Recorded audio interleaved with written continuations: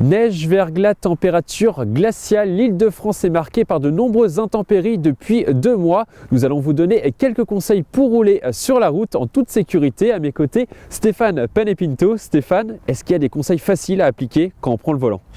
La première chose à faire, c'est déjà de s'assurer d'avoir une voiture en bon état de marche, avec de bons pneus, de bons éclairages qui fonctionnent, une bonne visibilité, du lave-glace pour pouvoir nettoyer son pare-brise, et de bons essuie-glaces.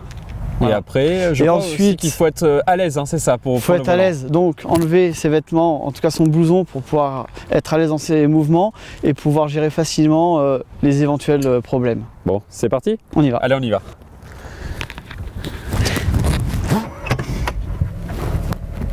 Voilà. On va se concentrer sur la route, on regarde loin devant soi. Il est important de savoir que le regard conditionne le geste. Donc plus on va regarder loin et mieux on anticipera les problèmes. On regarde toujours l'endroit où on veut aller. C'est vraiment essentiel.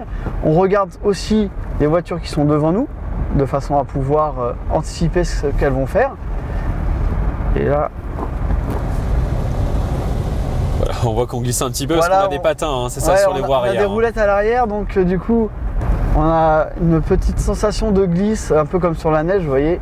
Il y en a certains qui l'ont vécu, hein, les problèmes sous la neige. Hein. Ouais, malheureusement, il y en a certains qui l'ont vécu, donc il faut vraiment, c'est la chose primordiale. On est vraiment sur un contexte un peu compliqué. Il faut gérer un peu tout ce qui se passe. Il faut gérer le comportement inhabituel de la voiture, donc de glisse. Ouais. Et tout ça, c'est vraiment des difficultés. Déjà, on n'a pas l'habitude d'apprendre en auto-école. Voilà, donc là, je regarde tout de suite à gauche pour essayer d'emmener ma voiture là où je veux, donc je passe bien. Bon, c'est vrai que ça va pas vite, mais il faut savoir qu'il y a la difficulté des roulettes à l'arrière. Faut pas rouler vite sous la neige. Faut pas rouler vite. 10 km/h, 15 km/h. Ouais, on a pu constater dernièrement qu'au-delà de 20 km/h, on était vraiment à une limite. Donc, vaut mieux toujours rouler en deçà et éventuellement accélérer si besoin, plutôt que d'avoir envie de freiner et de ne pas pouvoir le faire.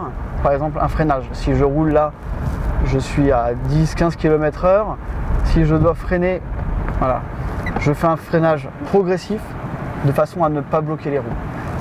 Alors merci Stéphane pour tous ces conseils. Alors pour synthétiser, il faut être certain que sa voiture soit dans un bon état de fonctionnement, s'assurer de bien mettre sa ceinture de sécurité, regarder loin devant soi pour pouvoir anticiper tout ce qui peut se passer, ne pas utiliser son smartphone pour rester bien concentré et avoir une conduite douce, des freinages doux pour ne pas bloquer les roues et ne pas glisser. Merci beaucoup Stéphane et bon courage à tous ceux qui sont sur la route.